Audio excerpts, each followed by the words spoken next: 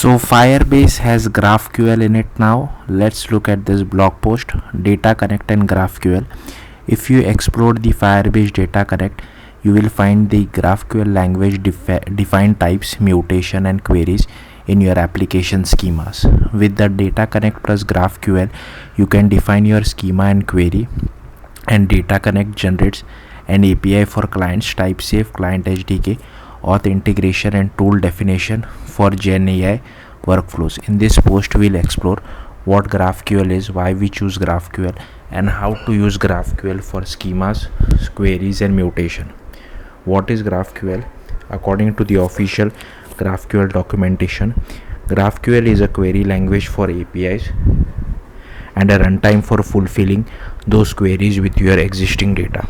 GraphQL provides a complete and understandable description of the data in your API, gives clients the power to ask for exactly what they need and nothing more, makes it easier to evolve APIs over time, and enables powerful developer tools. On top of that, GraphQL is a database agnostic, meaning you can use GraphQL with any database source used to retrieve data and persist changes, and it's typically used for remote client server communication. You won't have to worry about this, as Firebase Data Connect connects GraphQL to a PostgreSQL database hosted on Cloud SQL, so it's ready for you to use out of the box without any GraphQL setup required. In other words, Firebase Data Connect is essentially a BAS that uses GraphQL to interface directly with a PostgreSQL database.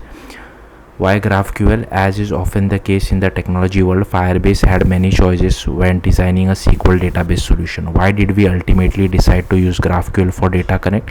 GraphQL is tiers, which makes code more readable and maintainable as the app and code base grows, strongly typed for the same benefits as above, and additionally helps with generating type safe SDKs and defining a clear API surface.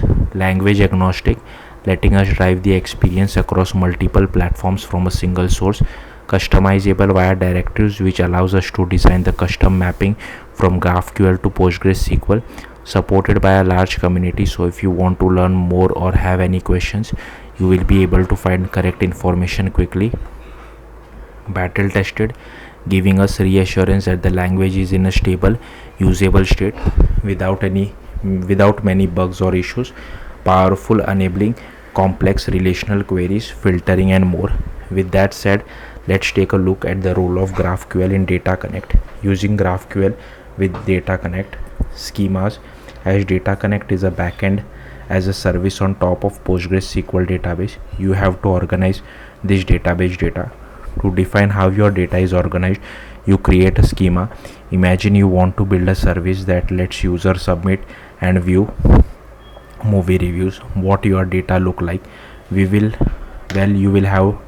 will likely have movies, and each movie will have a title, a list of actor and actresses, a release year, the genre, a rating, a description. As GraphQL is strongly typed, each of these fields will have a type. Each movie also have an ID to uniquely identify it, and in Data Connect, IDs are commonly stored as UUIDs, which map to 128-bit integers in PostgreSQL. Data Connect automatically generates these keys from your schema, and you can tailor key generation with the @default directory as shown below.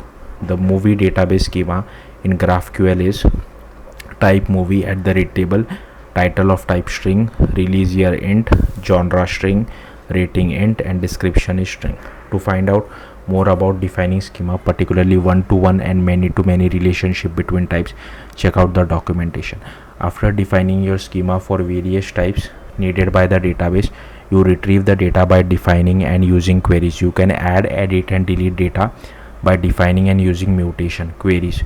A query is broken down into the following part: declaration to create a query, schema type from which query needs to get data, any filters, fields to return. Here is an example query to get all movies of a particular genre ordered by the highest rating to lowest.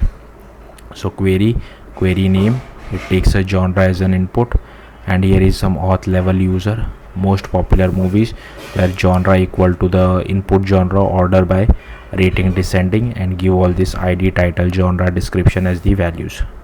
The first line has a query type definition letting GraphQL know this is a query. A movie top rating operation query name. A single variable $genre operation argument of the string type. Every query argument requires a type declaration, a built-in like string, or a custom schema defined type like movie. A single directive @auth which specifies only logged in users can execute this query for this movie data that's appropriate for public viewing. The user directive is sufficient authorization. In the second line, movie specifies the schema from which the query needs to get the data and where an order by are filters applied to retrieving the data. Lastly, ID, title, genre and description are the fields to be written by this query for all the movies that fit the genre. When you create a schema, Data Connect's local tooling automatically generate implicit queries based on the type and type relationship in your schema. If you have defined the type movie as shown above, Data Connect generates implicit queries for single table use cases with the names movie singular for retrieving individual results and movies plural for retrieving result list. Data Connect also generates queries for multi-table relational operation with explicit names.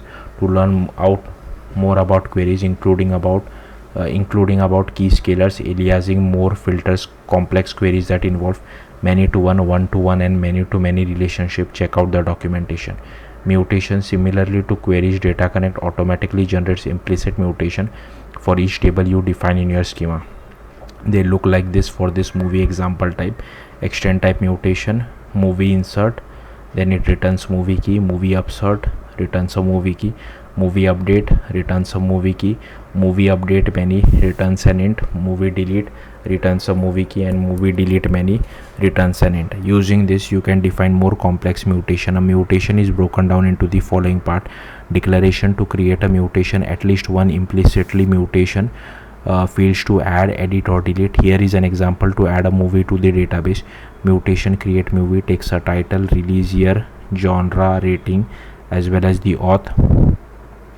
Then movie insert passing the data which has title, release year, genre and rating. The first line has a mutation type definition letting GraphQL know this is a mutation. A create movie operation mutation name, argument for the mutation used to do the CRUD operation. To learn more about mutations such as create and upsert, update and delete and write mutation on relations, check out the documentation. Conclusion.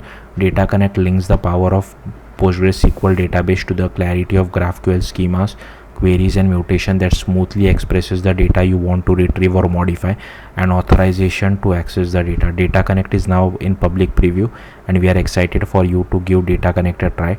To learn more about Data Connect, you can view our documentation, try out the quick start which takes you through a development iteration with Data Connect and peruse the everything about Data Connect blog post. We can't wait to see what you build with Firebase Data Connect. So yeah, that's it.